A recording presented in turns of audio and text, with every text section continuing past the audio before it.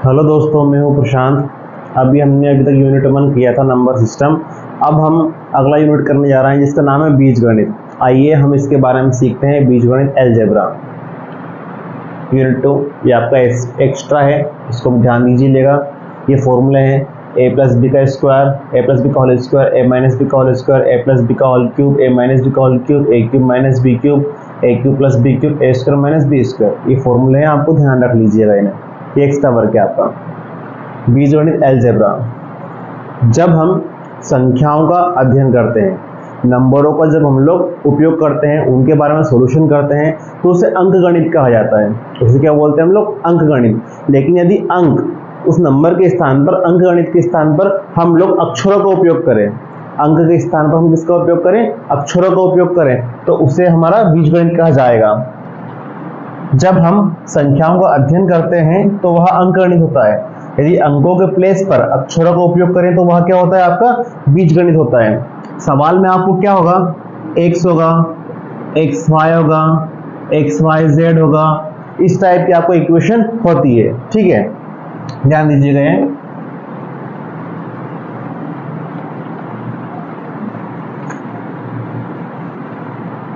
जैसे हमारे पास एक इक्वेशन है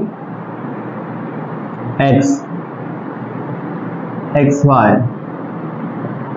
एक्स स्क्वायर प्लस वाई, ये सिंगल वेरिएबल में है, ये डबल वेरिएबल है। यहाँ पर सिर्फ x हैगा, ये हमारा x y z a b c unknown number, इनकी हमें कोई वैल्यू फिक्स नहीं है अभी यहाँ पर, तो ये हमारे वेरिएबल्स होते हैं, या इन्हें बोले तो चर, हिंदी में बोला जाता है चर। ये आपके सारे वेरिएबल्स हैं, सारे आपके चर हैं। 1 2 3 100, ये सारे आपके नंबर्स होते हैं, कांस्टेंट या अचर। ये आपके सारे कांस्टेंट या अचर हैं। ठीक है, ध्यान दीजिएगा। वेरिएबल्स जो होते हैं आपके चेंज होते हैं, लेकिन कांस्टेंट आपके चेंज नहीं होते हैं, ये फिक्स होते हैं।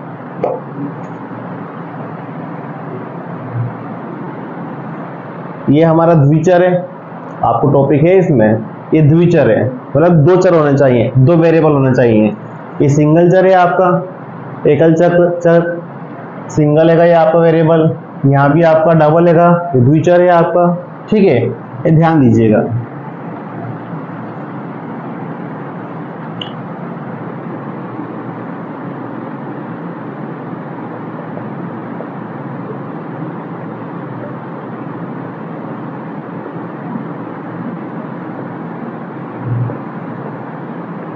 मोनोमियल या एक पदी, जिसमें केवल एक पद हो, जिसमें केवल एक पद हो, यह आपका मोनोमियल होता है।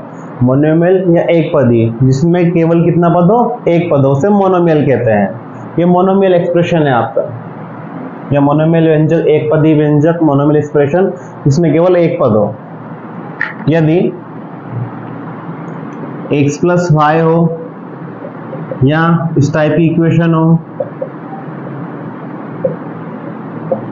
यहां पर आपके डबल पद आ गए हैं, दो पद आ गए हैं, एक और दो, एक और दो, दो टर्म से आपकी, ये आपके द्विपद हैं, द्विपद व्यंजक,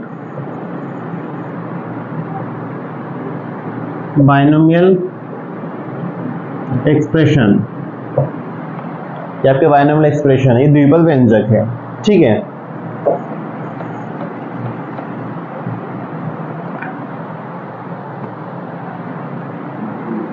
यदि इस टाइप की इक्वेशन हो,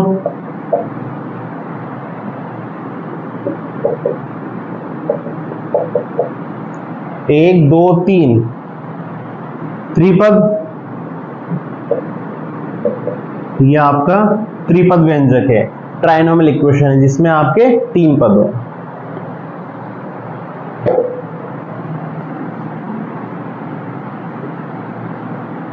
एक क्वेश्चन ध्यान दीजिएगा, ये एग्जाम में पूछ सकता है आपको।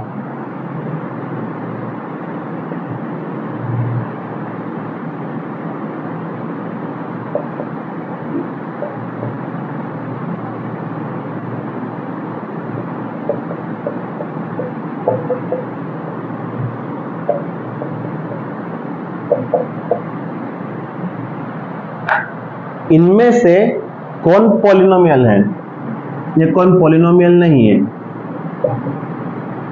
पॉलिनोमियल्स मीन्स बहुपद।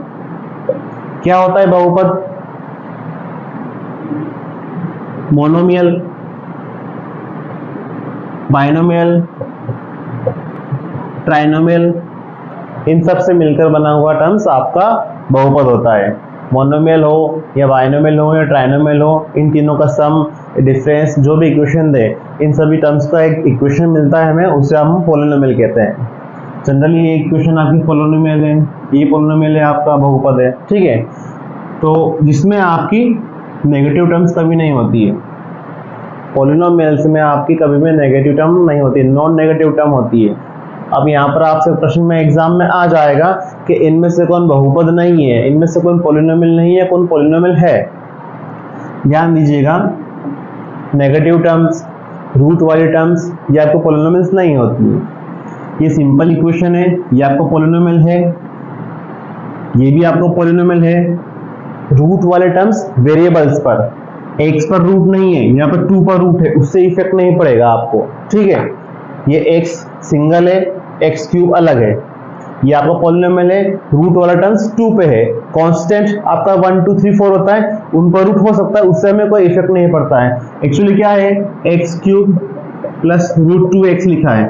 अगला स्टेप में x क्यूब रूट 2 का वैल्यू कितना होता है 1.414, फिर लिखा है x। तो ये आपका एक नॉर्मल सा इक्वेशन हो गया। भाई x का कोएफिशिएंट आपको कुछ भी हो सकता है, ठीक है। तो अगर किसी कांस्टेंट पर रूट हो तो वो उससे कोई इफेक्ट नहीं होता है, वो पॉलिनोमियल आपका होगा। तीसरा इक्वेशन है x square plus 2 root x plus 1, ये आपका पॉलिनोमियल नहीं है, यहाँ पर x पर रूट है। अगला है 4, ये x लिखा है प्लस 1 अपॉन एक्स, तो कैसे क्या लिख देंगे हम लोग, x इनवर्स प्लस 2, ये नीचे है तो ऊपर चला जाएगा, पावर नेगेटिव आ चुकी है इसकी, तो ये भी आपको पॉलिनोमियल नहीं है। तो आप देख सकते हैं कौन पॉलिनोमियल है, कौन पॉलिनोमियल नहीं है, ठीक है।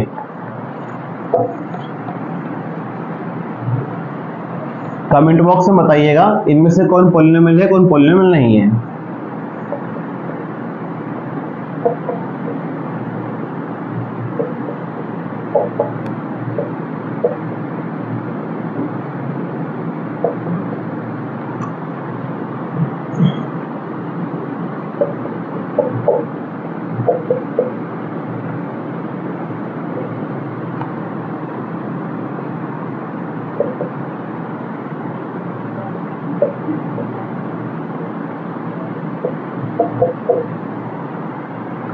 चार ऑप्शन दिए हुए हैं आपको, इसमें से बताना है आपको कौन पॉलिनोमियल है, कौन पॉलिनोमियल नहीं है, ठीक है। इन्हें नोट कर लीजिएगा आप।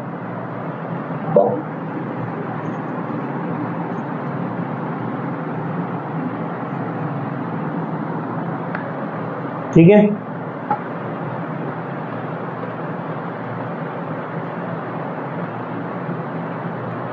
एक सवाल देखते हैं हम लोग।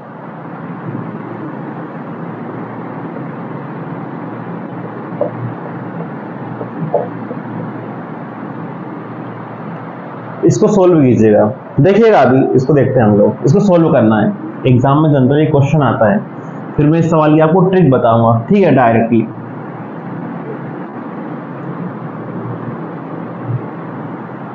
ये लिखा है 1, इसी में करके बता देता हूं मैं आपको। ये सोल्व करना है तो ये आपका नीचे से ऊपर की ओर जाता है, ठीक है। पहले हमें इन सबको छुपा लीजिए, सिर्फ इसको सोल्व करना है, ठीक है। इसको एक तरफ कर लीजिए, ये लिखा है 1 माइनस 1/2, एक्चुअली क्या लिखा है 1 लिखा है, 1/2 लिखा है। 1 में से हाफ गए तो हाफ ही बचेगा, 1 में से आधा जाएगा तो आधा ही बचेगा, ये ऐसा हो जाएगा।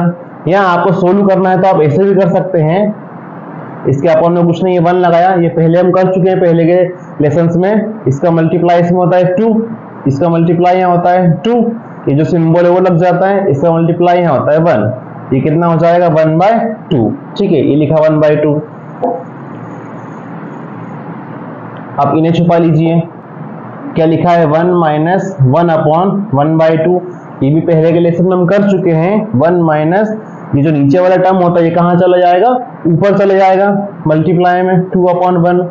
एक्चुअली क्या होता है, कहीं पर लिखा हो a/b c/d, तो क्या होता है AD ए के साथ ही सबसे ऊपर चला जाता है, ये बी अपॉन सी। ये भी वैसा ही लिखा है कुछ, ये 1 लिखा है, इसको 1 अपॉन 1 लिख सकते हैं। ये लिखा है 1/2, तो ये 1 में ये 2 ऊपर चला गया, ये 1 और ये 1 यहाँ पर रहे, तो ये हो गया, ठीक है, 2/1। तो 1 माइनस 1 इंटू 2 2, ये हो गया -1, 1 माइनस 2 -1। तो इस पूरे का वैल्यू क्या आ गया आपका -1, ये लिख दिया मैंने -1। ये तो इजी है। अगले स्टेप में क्या होगा, 1 माइनस माइनस प्लस 1/1 1, ये फाइनली कितना आ गया 2। ठीक है, ये आपको जनरली आप सोल्व करते हो तो वैसे आपका आ जाता है। लॉन्ग विधि बता दी मैंने आपको, अब इसकी शॉर्ट बताता हूं मैं आपको।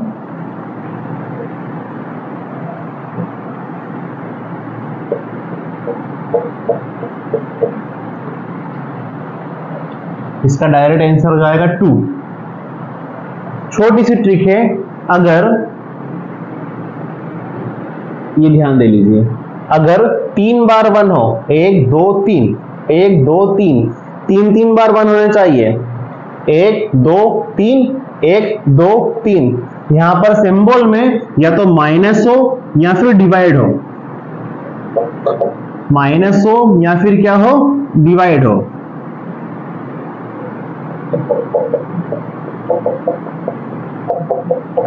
सिंबल में क्या हो, माइनस हो या फिर डिवाइड हो, तो ये क्या होता है, जो सबसे नीचे लास्ट में लिखा हुआ रहता है वही आंसर आ जाता है।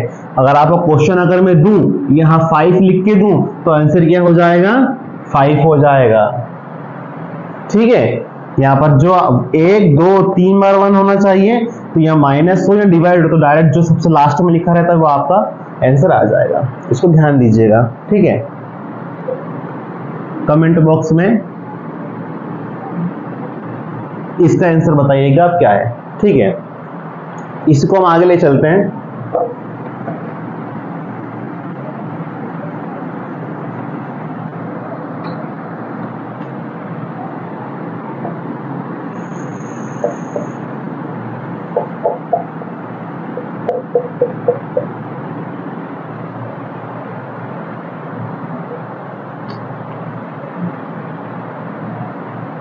चार बार 1 दे दिया आपको, कुछ भी नहीं करना है आपको। इसका फॉर्मूला है आपका x minus 1 upon x, directly ये आ जाएगा। समझिएगा, अगर x के प्लेस पर यहां पर आपको दे दे उदाहरण के लिए 4, ठीक है, अब 4 की जगह मैं 7 लिख लेता हूं। थोड़ा अभी देखिए आप, 1 2 3 4 1 2 3 4। अगर 1 कितनी बार दे, 4 बार। अगर 1 कितनी बार दे, 4 बार। माइनस हो तो आप डायरेक्टली ये फॉर्मूला लगा सकते हैं, डिवाइड नहीं है, पर माइनस हो तो डायरेक्टली फॉर्मूला लगा सकते हैं। यहाँ पर x का वैल्यू 7 है, क्या लिखेंगे, अपॉन में तो 7 डायरेक्टली लिख दीजिए, फॉर्मूला भी याद करने की जरूरत नहीं है आपको। ये लिखा अपॉन में 7 और 7 से 1 कम कीजिए 6, ये आंसर है आपका। अगर यहाँ पर माइनस हो और 1 2 3 4 4 बार 1 हो, अगर 3 बार 1 होता है तो आप डायरेक्टली x लिख देते हैं, डायरेक्टली 7 आंसर आ जाता। लेकिन यहाँ पर 1 2 3 4 1 2 3 4 4 बार 1 है, तो आपको कुछ नहीं करना है। यहाँ पर जो भी आपकी वैल्यू लिखी हो, आपको वही वैल्यू अपॉन में लिखना है और उसमें से 1 कम करके ऊपर लिख देना है। ये आपको होगा 3/4। ये इस फॉर्मूले पे बेस्ट होता है आपका, अपॉन में x, ऊपर x माइनस 1, मतलब नीचे जो है वैल्यू और ऊपर एक वैल्यू कम। ठीक है, आप कमेंट बॉक्स में बताइए इसका आंसर क्या होगा। ठीक है, अगर चैनल अच्छी लगती है लाइक कीजिए, शेयर कीजिए, कमेंट कीजिए। थैंक यू, सब्सक्राइब भी कीजिए।